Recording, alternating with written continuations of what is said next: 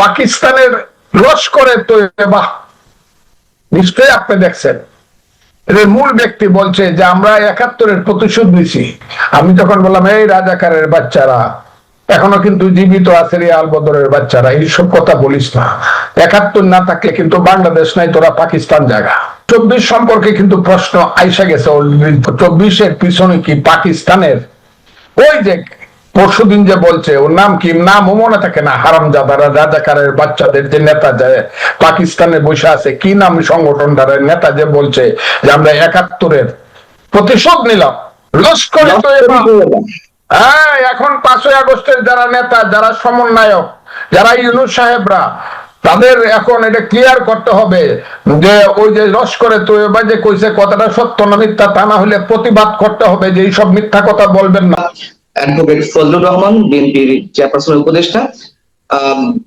Advocate Fazlur Rahman, শুরুতেই আপনার প্রতিক্রিয়া জানতে চাচ্ছি, নতুন যে গেজেট প্রকাশিত হয়েছে মুক্তিযোদ্ধাদের সংজ্ঞা নির্ধারণ করে, সে বিষয়ে আপনার মন্তব্য একটু। Thank you very much. মুক্তিযোদ্ধার সংজ্ঞা, আপনাকে আপনার এই প্রশ্নের জন্য আপনাকে ধন্যবাদ। যারা দেখছেন আমি সালাম জানাচ্ছি, আসসালামু আলাইকুম। মুক্তিযোদ্ধার সংজ্ঞা, আমার প্রথম কথাটা হলো ১৫ বছর যারা দাবি করেছে যে তারা মুক্তিযুদ্ধের পক্ষে শক্তি, তারাই তো ক্ষমতায় ছিলেন। এবং আমি আমার জানা মতে সেই মুক্তিযুদ্ধের পক্ষের শক্তি ইচ্ছা করলে একটা সঠিক তালিকা করতে পারত, সংজ্ঞাটাও সঠিক করতে পারত, কেন করলো সংজ্ঞা, কি কারণে করলো সেগুলা বলতে পারত। কিন্তু এই ১৫ বছরে তারা সঠিক সংজ্ঞা করা দূরের কথা, সঠিক একটা তালিকাও করতে পারলেন। কারণ আমার জানা মতে আমার কিশোরগঞ্জ জেলায় আওয়ামী লীগ শাসনের সময় ১৫ বছরে অনেক ভুয়া মুক্তিযোদ্ধা হয়েছে, এখন শেষ দিন পর্যন্ত। যাদের বয়স ৩ বছর ছিল তারাও মুক্তিযোদ্ধা হয়েছে টাকা দিয়া। এটা আমি সবাইকে দোষী। কত টাকার পরিমাণ, নিচে ২০ লাখ, উপরে ৫০ লাখ। আমি জানি, আমরা বললে আমি চ্যালেঞ্জ করবো যে আমি জানি এবং দেখাই দিব, এবং সবাই বলবো ও ৫০ লাখ টাকা দিয়ে মুক্তিযোদ্ধা হয়েছে। আওয়ামী লীগের আমল এটা হইলে কেন জানো, আমার থানা ইটনাতে এটা একজন ব্যক্তি টাকা দিয়ে মুক্তিযোদ্ধা হয়েছে, মুক্তিযুদ্ধের ধারে কাছেও ছিল না, সে ডিসি পর্যন্ত হইয়া রিটায়ার করছে। কথাটা বোঝার চেষ্টা করে, সমস্ত মুক্তিযোদ্ধারা লিখিত দিচ্ছে ইটনা থানা যে এরা মুক্তিযোদ্ধা না। তাইলে আমার কথাটা হলো, যারা রিয়েল মুক্তিযোদ্ধার দল ছিল শেখ হাসিনার নেতৃত্বে, যারা নিজেদেরকে দাবি করে, এবং আমিও মনে করি আওয়ামী লীগ মুক্তিযুদ্ধের নেতৃত্ব দানকারী দল, এটার মধ্যে কোনো সন্দেহ নাই, তারা কেন মুক্তিযুদ্ধেরকে নিয়ে যে হাজার হাজার ফলস মুক্তিযোদ্ধা করলো কেন? যদি সত্য কথা আপনাকে স্বীকার করে, এখন আপনি বাপের কাছ থেকে পান নাই বিচার, বা বাপের কাছ থেকে আপনি সহযোগী কিছুই পান নাই, আপনি ওই আরেকজনের কাছে গিয়া, চাচার কাছে গিয়া ডাক চাচার কাছে গিয়া দাবি করেন যে আমারই সহযোগিতা করো। কেন করবে? এটা তো মুক্তিযুদ্ধের সরকার না, এটা তো মুক্তিযুদ্ধের বিরোধীদের দ্বারা সমর্থিত একটা সরকার। জামাতে ইসলাম এবং রাজাকাররা যদি, আলবদররা যদি, পাকিস্তান বিরোধী শক্তি যদি তাদেরকে সহায়তা না করে, তাহলে তো ৩ দিন ক্ষমতায় থাকতে পারবে। তো মুক্তিযুদ্ধ বিরোধীদের দ্বারা সমর্থিত এবং শক্তিপ্রাপ্ত একটা সরকার, সে কেন ভালো কাজ করবে মুক্তিযুদ্ধের পক্ষে? ১। ২ নম্বর হলো, পরশুদিন দেখলাম পাকিস্তানের লস্করে তৈয়বা, নিশ্চয়ই আপনি দেখছেন, এদের মূল ব্যক্তি বলছে যে আমরা ৭১-এর প্রতিশোধ নিছি। এই ব্যাপারে আমি বর্তমান মুক্তিযোদ্ধা কমান্ড কাউন্সিল, বর্তমান মুক্তিযোদ্ধা উপদেষ্টা, তাদেরকে আমি ভালো জানি, তাদের বক্তব্য আশা করব যে লস্করে তৈয়বার বক্তব্য যে দিয়েছে যে ৫ই আগস্টে আমরা ৭১-এর প্রতিশোধ নিছি এবং এটা ধীরে ধীরে পূর্ব পাকিস্তানের দিকে আমরা নিয়ে যাব, এইটাই যদি সত্য হয়, তার কাছ থেকে আপনি কেন আশা করেন যে সে আপনাকে মুক্তিযুদ্ধ স্বীকার করছে? এটাই তো বেশি করছে। এটা পূর্ব পাকিস্তান করলে আপনি কি করবেন? আওয়ামী লীগের আর তালা মারলো কেন মুখের মধ্যে? কোটি কোটি আওয়ামী লীগ যে বলতো এক সময়, লাখে লাখ, একটা লোকে কথা বলেন, আপনি বলেন। এই ফজলুর রহমান হতবাগা ছাড়া মুক্তিযুদ্ধের পক্ষে, যে আপনি কেন মিস্টার মঞ্জুরুল আলম পান না ওখানে বসে বসে নিজের জীবনে রিস্ক নিয়ে এত কথা বলতে হয়? কেন সাংবাদিক, আমার ভাই, নাম বললাম না, আজ নামটা বললাম নাইলে ভুল বুঝে, আজিজ ভাই কেন এত সত্য কথা নিজের জীবনের ঝুঁকি নিয়ে বলতে হয়? আওয়ামী লীগাররা কোথায়, যারা গত 15 বছর মুক্তিযুদ্ধের নামে? এইটা আমি বলবো যে এখন এটাতে হাত দেওয়াটা হলো নেই কাজ তো কই বাস, একটা কথা আছে। এই সরকার কোনো কাজ নাই, কুকাজ করা অকাজ করা ছাড়া কোনো কাজ নাই, কাজে আরেকটা কাজে হাত দিছে যাতে মানুষের দৃষ্টিভঙ্গিটা আবার ওই দিকে যায়। ওই কারণে ইলেকশনকে সবসময় তাদের লক্ষ্যে আছে পৃথিবী থাকতে যাতে চন্দ্র সূর্য যতদিন উঠবে ততদিন যাতে ইলেকশন না করতে হয়, আর ইউনূস সাহেব যাতে আরো 150-200 বছর বাচ্চা থাকে। এবং এই আমার ধারণা স্বাধীনতা বিরোধীরা যারা এবং তাদের যে সাহায্যকারী কিছু ওরা আছে, মোল্লা মুন্সিরা আছে, এরা দোয়া করে প্রত্যেকদিন, হে আল্লাহ তুমি ইউনূস সাহেবকে 150 বছর আয়ু দাও আর সারা জীবন ওনাকে ক্ষমতা দাও। কাজেই আপনি বুঝতেছেন এই সরকার, ইউনূস সাহেবের সরকার 150 বছর থাকার চেষ্টা করতেছে। আমি এই কথাটা রূপ করতে বলতে যতদিন জীবন আছে, আর এইটাকে আস্তে আস্তে ধীরে ধীরে মুক্তিযুদ্ধের বিপক্ষে নেওয়ার চেষ্টা করতেছে। এখন যে অর্ডিনেন্সটা তারা করছে, আমি যতটুকু দেখছি, আমার ভুল হইলে সবাই ক্ষমা করবে, ওই আওয়ামী লীগের এমপিদেরকে বাদ দেওয়ার জন্য এই কাজটা করছে বলে আমার মনে হয়। যে মুক্তিযুদ্ধে আওয়ামী লীগ খুব কিছু করে নাই, এটাকে ছোট করার জন্য করছে, তো করবেই তো। আওয়ামী লীগ তো পলাইলো কেন? জি, আমার প্রশ্ন হচ্ছে যে এই গেজেট প্রকাশের সঙ্গে সঙ্গে যে ধরনের রিপোর্টিং হলো বিভিন্ন পত্রপত্রিকা, বা আমরাও ধরে নিলাম বঙ্গবন্ধু সহ জাতীয় 4 নেতা এবং জাতীয় পরিষদ বা প্রাদেশিক পরিষদ, মুক্তিযুদ্ধ আগে পূর্ব পাকিস্তানের সময় যে নির্বাচনটি অনুষ্ঠিত হয়েছিল তার সদস্যরা 4 শতাধিক নেতার মুক্তিযোদ্ধার স্বীকৃতি বাতিল হচ্ছে। পরবর্তীতে মুক্তিযোদ্ধা বিষয়ক উপদেষ্টা ফারুকী আজম তিনি বলেছেন না, এটা ভুল বুঝাবুঝি, তাদের স্বীকৃতি বাতিল হচ্ছে না। আসলে কি বিভ্রান্তি ইচ্ছা করে তৈরি করা হয়েছে, নাকি আমরা ভুল বুঝেছি, নাকি সরকার এখন সমালোচনার মুখে উল্টো কথা বলছে? আপনার কি মনে হয়? এই সরকার সবই টেস্ট করতেছে, টেস্ট করে, বুঝছে যে আমরা এই কাজটা করে টেস্ট করে ভিন্ন কারণে। একটা হইলো জিনিসটাকে পাকিস্তানের দিকে নিয়ে যাওয়ার জন্য টুকা দিয়া দেখে। কি টুকা দিছে? প্রথম মুক্তিযুদ্ধ হলো 47, মুক্তিযুদ্ধ হলো 24, 71 হলো ভাইয়ে ভাইয়ে ঝগড়া, ওখানে কোনো যুদ্ধ হয় না, এটা ছিল ইন্ডিয়ার কনস্পিরেসি, ভারতের চক্রান্ত। 71। এখন আপনি একজন সাংবাদিক, আমি একজন পলিটিশিয়ান, আপনি মুক্তিযোদ্ধা ছিলেন না, কিন্তু আপনি মুক্তিযুদ্ধের চেতনাকে আদর্শকে ধারণ করেন, আর আমি মুক্তিযুদ্ধ ছিলাম, আদর্শকেও ধারণ করি। আমি যখন বললাম এই রাজাকারের বাচ্চারা এখনো কিন্তু জীবিত আছে, রিয়াল বদরের বাচ্চারা, এইসব কথা বলিস না, 71 না থাকলে কিন্তু বাংলাদেশ নাই, তোরা পাকিস্তান জায়গা, না হলে দেশটার নাম পূর্ব পাকিস্তান করে এলো, কারণ যুদ্ধ না হইলে তো বাংলাদেশ হইতো। এইগুলা কইতে কইতে প্রথমে বক্সে ফজলুর রহমান যে কত যাওরা, ফজলুর রহমান যে ভারতীয় বেশার ঘর থেকে হইছে, এসব খুব বক্সে বই কেটে না। আমি কান বন্ধ করে ফেলছি, আমি কান বন্ধ করে যখন ফেলছি যে আমি আমার সত্য কথা মুক্তিযুদ্ধের পক্ষে বলবো রে রাজাকারের বাচ্চারা, এই এতদিন পরে আইসা রাজাকারের বাচ্চারা বলতে একটা যুদ্ধ হয়েছিল। এর আগে কিন্তু কইছে যারা অস্ত্র হাতে নিয়েছিল 71 সনে, জামাত বলছে কিন্তু তারা আল্লাহর কাছে মাপ চাও, আল্লাহ ইচ্ছা করলে মাপ করে, এত কয় না, একটা যুদ্ধ হয়েছিল। এটা টেস্ট করে দেখতেছে, এগুলো টেস্ট করা। তার মূল কাজটা হলো ইলেকশনকে বিলম্বিত করা, ওই যে জাতীয় নির্বাচন, ওইটাকে প্রলম্বিত করার জন্য এইসব কাজ হইতেছে। তবে যে লোকটার কথা আপনি বললেন, ওই যে মুক্তিযোদ্ধা মন্ত্রণালয়ের দায়িত্বে তিনি আছেন, he is a good man, he is real freedom fighter, উনি বীর প্রতীক, আই নো হি। কিন্তু একজনের পক্ষ তো সবকিছু করা সম্ভব না, কারণ উনি তো এত বড় একজন মুক্তিযোদ্ধা হওয়া সত্ত্বেও কেন তার দপ্তরের মাধ্যমে মুক্তিযুদ্ধ বিষয়ক মন্ত্রণালয়ের পক্ষ থেকে একের পর এক হঠকারী সিদ্ধান্ত কিংবা বিতর্কিত সিদ্ধান্ত নেওয়া হচ্ছে?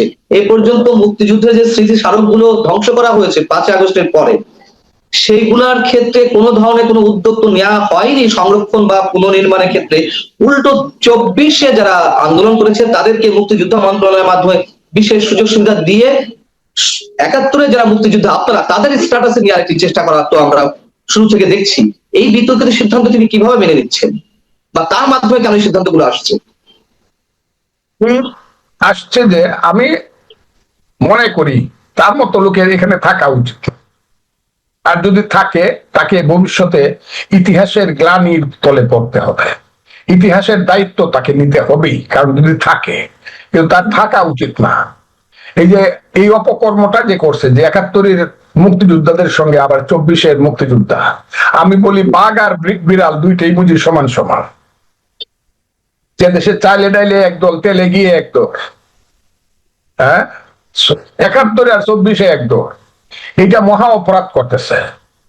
এবং 24 সম্পর্কে কিন্তু প্রশ্ন আইসা গেছে অলরেডি। 24-এর পিছনে কি পাকিস্তানের ওই যে পরশুদিন যে বলছে, ওর নাম কি, নামও মনে থাকে না, হারামজাদারা রাজাকারের বাচ্চাদের যে নেতা যে পাকিস্তানে বসে আছে, কি নাম সংগঠনটার নেতা যে বলছে যে আমরা 71-এর প্রতিশোধ নিলাম। এখন এটা ক্লিয়ার করতে হবে। লস্কর তৈয়বা, হ্যাঁ, এখন 5ই আগস্টের যারা নেতা, যারা সমন্বয়ক, যারা ইউনূস সাহেবরা, তাদের এখন এটা ক্লিয়ার করতে হবে যে ওই যে লস্করে তৈয়বা যে কইছে কথাটা সত্য না মিথ্যা, তা না হলে প্রতিবাদ করতে হবে যে এইসব মিথ্যা কথা বলবেন না। কারণ আমি দেখছি এই মুনাফেকের বাচ্চারা গান বাজাইছে, একটি ফুলকে বাঁচাবো বলে যুদ্ধ করি, তীর হারা এই ঢেউয়ের সাগর পাড়ি দিবরি, বঙ্গবন্ধুর ভাষণ বাজাইছে, এবারের সংগ্রাম আমাদের মুক্তির সংগ্রাম, এই 5ই আগস্টের সমন্বয়করা বাজাইছে। আচ্ছা, এটার সঙ্গে না হয় কিছু মুনাফিকি করতেছে বুঝতেছি, কিন্তু এদের পিছনে এই যে একটা ছেলে সার্জিস আলম বলে ফেলছে যে এর পিছনে জামাত আছে, শিবির আছে, এরা হলো ভ্যানগার্ড। এখন এই ভ্যানগার্ডদের পিছনে যদি ওদের বাপ থাকে লস্করে তৈয়বা, আমি খুব ক্লিয়ারলি বলছি, পৃথিবীর জঙ্গিদের বাবা লস্করি তৈয়বা যদি থাকে তাহলে তো 5ই আগস্টের যারা নেতৃত্ব তাদের ক্লিয়ার করতে হবে।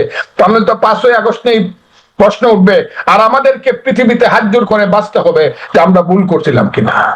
কারণ আমি যত কথা কইছি 5ই আগস্টের আগে, সমস্ত ইউটিউবার মিললেও এত কথা, ওই যে ফ্রান্সে বয়ে রয়েছে, আমেরিকায় বসে রয়েছে, সবাই মিললেও এত কথা বলে নাই। দূর থেকে যারা বাঘ বাঘ হুম করছে, ভিতরে এসে বলার এক বেটাও সাহস পানি ফজলুর রহমান ছাড়া। কাজে আমি মনে করি 5ই আগস্ট নিয়েই কিন্তু প্রশ্ন উঠবে। এখন পাকিস্তানিদের হাতে দেশ চলে গেছে, পাকিস্তানি ভাবাদর্শের লোকজনের কাছে। এই নওয়াজ শরীফ কি কয়, আমরা পরাজিত হয়েছিলাম, নওয়াজ শরীফের বাইরে দেখি শাহনেওয়াজ শরীফ, সবাই এখন খুব খুশি যে এদের ভাইয়েদের সন্তানেরা এখন বাংলাদেশের ক্ষমতায় আছে, এরা খুব খুশি। কিন্তু এরা যখন খুশি হয় তাহলে যে সার্জিস আলমের কথা বলছিলেন বা হাসনাত আব্দুল্লাহ সাবেক সমন্বয়করা একসময় যখন বুঝতে পারলো যে মুক্তিযুদ্ধ ছাড়া আসলে দেশে রাজনীতি করা সম্ভব নয়, তখন তারা জামাত ইসলামীকে অ্যাটাক করা শুরু করলো। আবার যখন জামাতের একজন শীর্ষ নেতা মানবতা বিরোধী অপরাধের দায়ে দণ্ডিত হয়েছিলেন, মৃত্যুদণ্ডপ্রাপ্ত হয়েছেন, তিনি যখন খালাস পেলেন, তখন আবার তারা মন্তব্য করলেন যে একে একে যাদের মৃত্যুদণ্ড হয়েছে তারা যদি ফিরে আসতেন, তারা যদি বেঁচে থাকতেন, তারাও সম্ভবত এভাবে বেরিয়ে আসতেন। আসলে তাদের উদ্দেশ্যটা কি? কখনো জামাতের বিরুদ্ধে কথা বলছে, আবার জামাতের যুদ্ধাপরাধীর পক্ষে তারা কথা বলছে, জয়গান গাইছে। এই দেশটাকে একটা বর্বর মধ্যযুগীয় জঙ্গিবাদী রাষ্ট্র তৈরি করা, যেখানে স্লোগান দেওয়া হয় আফগানিস্তানের পক্ষে দেশ যাবে, আমরা সবাই তালেবান, বাংলা হবে আফগান, এক সময় স্লোগান দেওয়া হইতো। এখন দেখলাম কিছু মৌলানা সাহেব আবার বলে আফগানিস্তান নাকি পৃথিবীর 3য় শ্রেষ্ঠ সুখী দেশ, যেখানে 1/3 লোক রাত্রে বেলা না খায়া মরে। সেই আফগানিস্তান হইতে চায় তারা। এবং এটা কইতে গেলে যখন বাধা পায়, এদের তো কোনো নীতিগত অবস্থান নাই, আদর্শগত অবস্থান নাই।